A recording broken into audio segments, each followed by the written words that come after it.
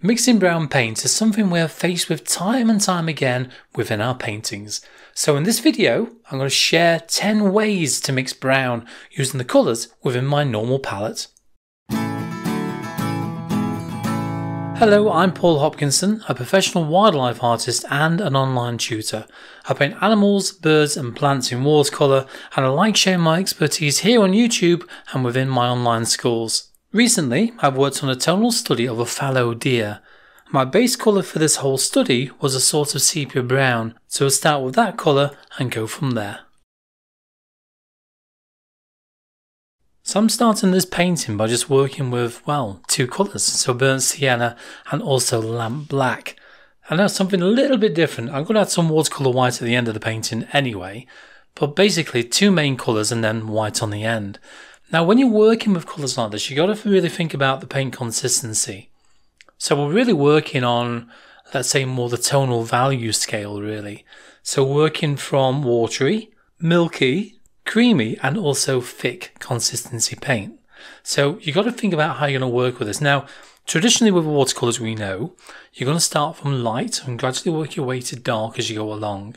So I'm going to start off with the lightest tones first of all with this.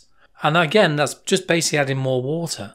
But also remember as well, because you're working with two colours, or in this case with me, then you can vary the different amounts of colours for each mix. So instead of having a 50-50 burnt sienna and lamp black, you can however turn that around and have, let's say, 70% burnt sienna and 30% lamp black. See what I mean? So you can work from those different things. You keep switching backward and forward, a little bit more brown, a little bit more black. So it depends how dark and how warm you want that colour to be. And also when you're working with this, I tend to find it a little bit easier working with a flat palette, because at least that way you can work on the different tonal values at the same time. So I'm actually going against the grain here a little bit, because I'm actually working from like a mid-tone through till dark, and then probably adding the kind of lighter tones on in between as well. So I'm kind of switching it around, having to play with the paints, and that's the key. Painting leather is one of those things which I very often do when I'm painting cats and obviously dogs. Wonder why that is then. So I'm going to be working with burnt sienna and also a little bit of burnt umber. But I want to make sure that this is more of a watery consistency to begin with, because I'm going to gradually build up the layers to create a leathery effect. And you need to do this from that light consistency first of all, if you remember. So starting with a light brown, working your way darker as you go along, so basically thickening that mix down. But like before, we can swap between the two mixes by working with, as I said, more burnt sienna rather than burnt umber to have a more of a kind of warmer feel to it as well. So you can really change it around. So while I'm working on this, I'm just trying to make up a more of a watery consistency mix so I can make a start on painting this lovely leather. We tend to find that you really want to work backward and forward between the two colours to get the right consistency and also obviously the right colour of brown that you're after. When you achieve that, you can finally make a start. So I'm going to work down the side of this collar first of all using my size 2 brush, which I'm working with at the moment. But you've got to make sure as well that you've got a brush with a very decent tip on it. So a very good point, especially when you work in small areas like this. I decided with this as well, instead of painting the entire leather strap in one go, do the one edge first of all, let that dry, then you can do the other part. Otherwise, you'll find they'll just kind of merge together. We don't want that to happen. And because we're talking about tonal values and ranges such as that, we're going to darken this leather strap down as we go through the stage by basically thickening that mix. You also find as well, if you wet the paper first of all, remember that wetness of the paper will dilute your colour down a little bit as well. So you can really kind of weaken it down. How much it weakens it depends on obviously how much water you've got on the surface of your watercolour paper. So this is just that initial foundation wash. That's all it simply is. We need the foundation washes on the paper before you start working on those fine details, which we're going to obviously gradually build up with different tonal layers of the same kind of mix. Now, I'm going to carry on with the same colours, which is the burnt umber and the burnt sienna, but more to a creamy consistency. This is where I can start to add some well, some very fine details, can't I? But I don't want to go too dark too quick, so this is more of a mid-tone colour really, more than anything. So try and get that colour the way that you want it. So this is going to be more on the brown side than the burnt sienna side, if you know what I mean. So more burnt umber than burnt sienna. And I'm going to switch to my size 00 brush and then start adding some quite fine details to begin with. So instead of putting the wash on the other part of the leather, I decided with this one, well, let's just kind of increase the details first of all with this mid-tone colour, not the darkest one, just on this side of the collar. And I can see from the reference photograph that there's actually a fine line coming down the outside edge, because it's not going to be completely flat, is it? There's going to be curves and shapes and pits and marks all the way throughout the leather. I mean, it is on a dog, so it does get kind of roughed up a little bit, doesn't it? Even when it's new, you find there's a lot of marks within the leather structure. But you do find as well, when you're working with this, when my paint starts to dry, it's not there yet, but when it starts to dry, it does sort of thicken up. So when you've got thicker paint, or if you add more pigment in, you can do it easily that way, can't you? Then you can really change the value of this colour. You can really change the tonal values. So if you want to go darker, you can do by thickening that same mix. But this kind of colour really, because it's nice and warm, perfect for leather, is that it kind of warms things up ready behind the scenes. You have to set that stage, remember, when you're working with colours, especially working with browns. So if you're painting a brown dog, a brown cat, or any brown animal, or anything that's brown, then you've got to really think about the tonal values behind the scenes. So what's happening backstage, and then you can add those details, or the actors, on the top of the surface.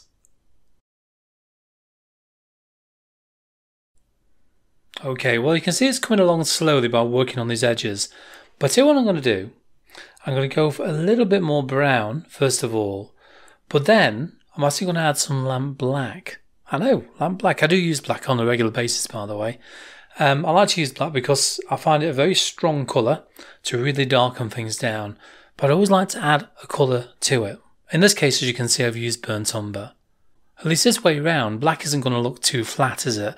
By adding the colour to it to kind of enrich that colour down a little bit. And this will also give us those darker, or the darkest of tones that we need to do for this leather strap.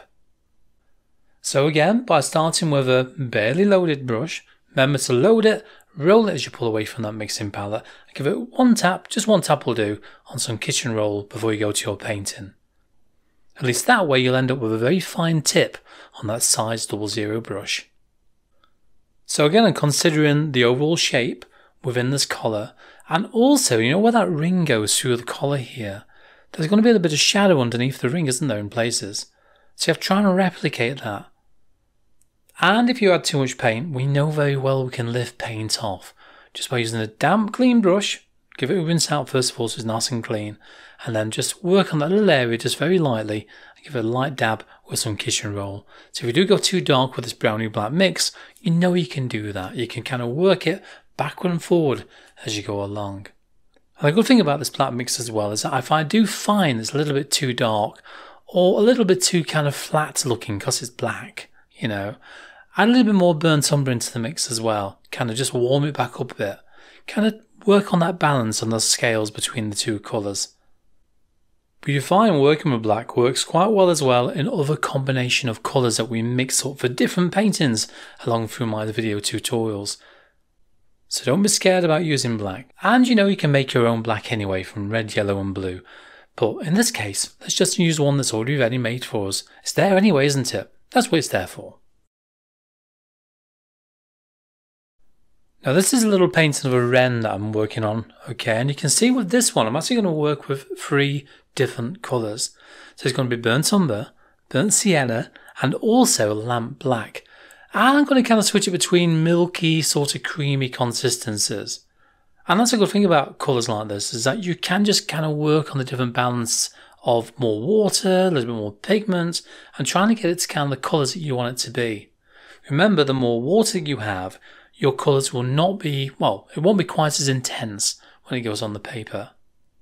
But also try not to go too dark too quick, because if you do, you'll find sometimes that it can be a little bit more difficult to kind of lift off paint that's quite dark, rather than paint that's nice and kind of watery and washy, especially when it's dried. So working with these three colours, we're working on a way of creating another shade of brown. I know, just with three colours. But don't forget, there's a lot of colours out there on the market. There's such a wide selection of different browns out there that you can buy and you can try out. And if you've got some friends who are also artists and also work in watercolour, want to do a quick swap? Yeah, if you get a empty half pan that you have for your watercolours, sometimes rather than the tube versions, why not ask them to put some tube version into your empty half pan and do the same kind of swap thereafter. So at least that way you can try various browns out just by having a sample of that brown that your friend's got. See, this would work well with the previous mixes as well, these three colours, wouldn't it? But in this case, I use it for the darkest layers on the head.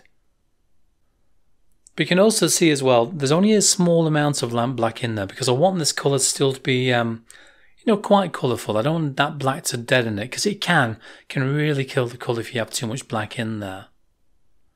So when you look at the eye, next to what I'm working on at the moment on this Ren, the eye is very dark, isn't it? But you find the eye, I've got more black in there than brown. And that's why, so I want it to be quite dark.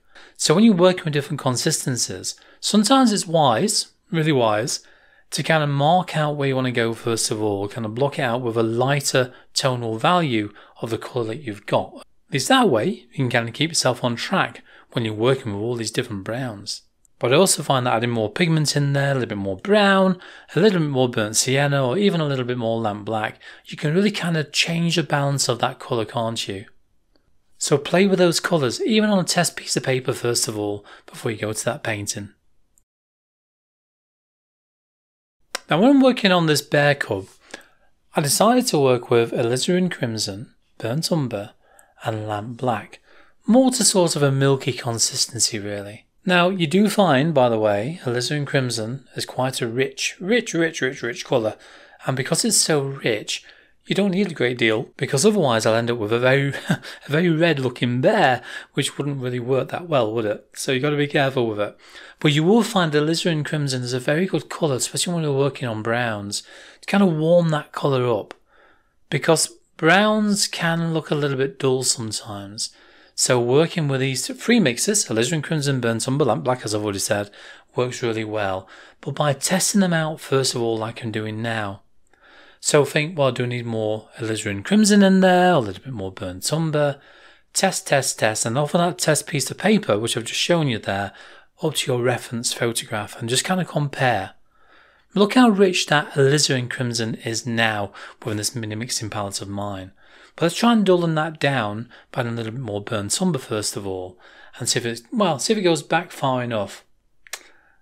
Let's go for a little bit of lamp black as well. Just kind of dullen it down. Let's see what that one looks like. See, that's looking better, isn't it? So we're looking more of the kind of rich brown colour.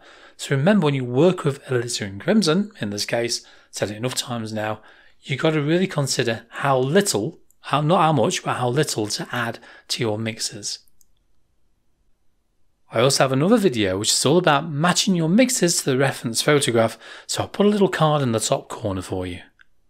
So when I'm working around the bear cub's eyes, again, I don't want it too bright red. This is such a warm colour to work on as well. We can see these are the kind of mid-tone stages really. So I've not gone for the darkest layers yet. But you know what I'd do for the darkest layers, don't you? Of course you do. What I'd do is add a little bit more lamp black into the mix, just to darken it down. Also more burnt umber as well. But I'd work with more of a kind of very, kind of thick, creamy mix. Not too thick that you can't paint a straight line without it breaking sort of mix, but more of a creamy, kind of thicker mix. At least that way around, when the paint goes on the paper, it will really darken those layers down.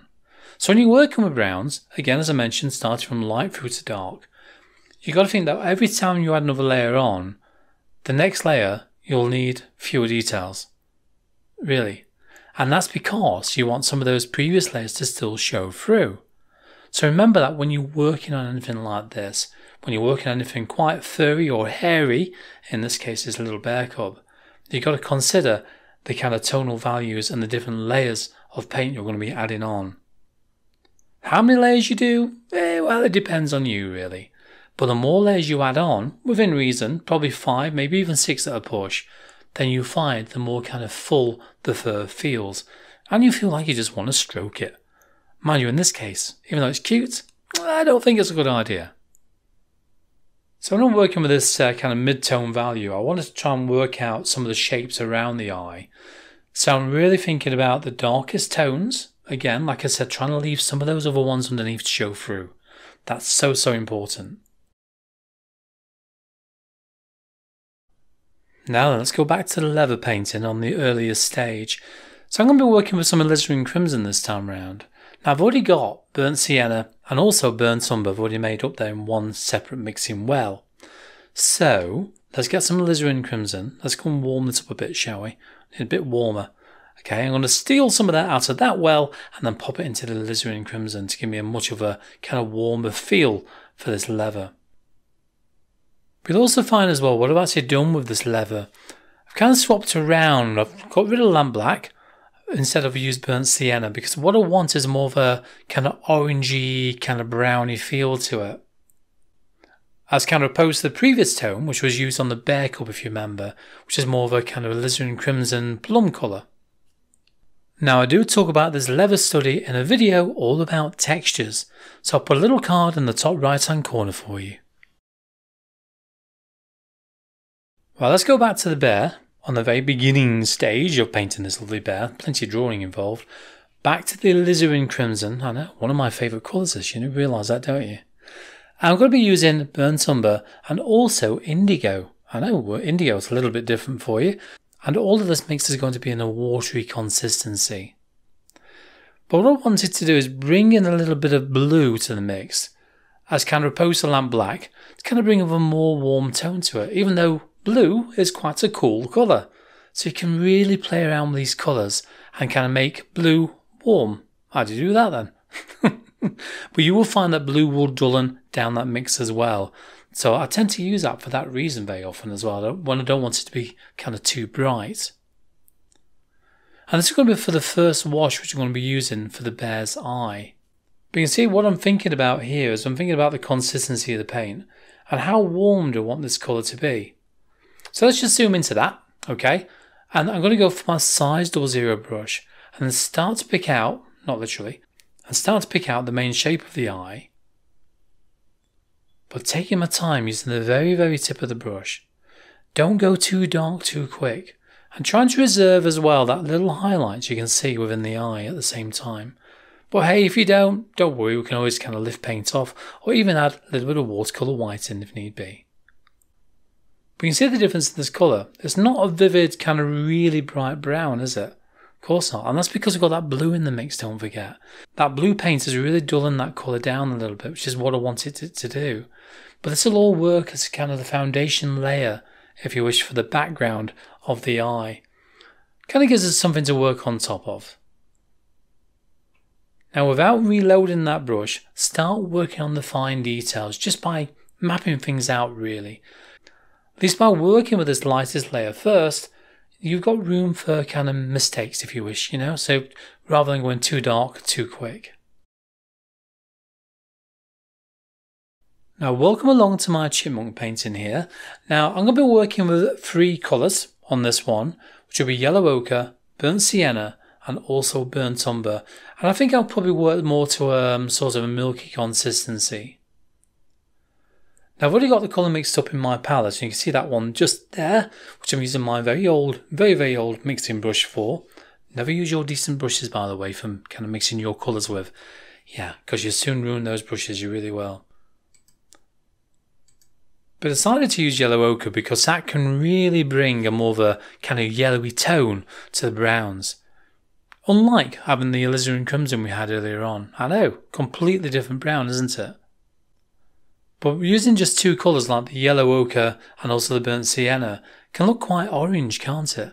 So that's why I decided to have a little bit of burnt umber in the mix as well, which one dullens it down, but also just changes that value back a little bit more as well. Kind of stops that really bright feel. So I still want some of that brightness in there, but just not too much. But burnt umber is something I use and see as a good friend of mine because it's one of the colours which I use in just about every one of my paintings. So working with this, again, I've not overloaded that brush. Remember, load it, roll it, tap it on some kitchen roll before you go to the painting and start to look at the directions of the lines that got to go. Now these are very short lines, aren't they? Very, very short. But I've not overloaded that brush again because of that. Now let's carry on with the chipmunk. I'm going to be working with yellow ochre, burnt sienna, burnt umber, and also phthalo blue. So I'm actually going to add a fourth colour into the mix this time around. I know, 4 colours. You've got to be careful adding too many colours together because it can start to look a little bit on the muddy side, so be very cautious about that. See, phthalo blue gives me more of a greyer feel, which is what I'm looking for. And this is really good for the area of the head, which is kind of receding into the background and therefore slightly duller and bluer in tone. This shows you as well how subtle you can change the tonal values by adding that little bit of blue. And you can see the way this kind of starts to look a little bit different as it goes up towards the top of the head. It's also handy as well, so if you've got other mixes made up in your palette, why not steal some of that mix and kind of switch it around and try that as well. I also tend to work with some of the older mixes which I've not used for a while, mixing one corner of that mixing well by adding just a little bit more colour from something else. Change that value, change that colour, but very subtly, just by kind of varying it just a little bit in places as well. Because you've got to be careful not to have the same colour of the entire body of this chipmunk, which in turn will make it look very, very false indeed. What are your favourite colour combinations for making brown? Now leave me a comment down below this video as I'd like to try them out as well. Meanwhile, let's carry on with this little chipmunk and I'll see you in a fur painting video which features this delightful little chap.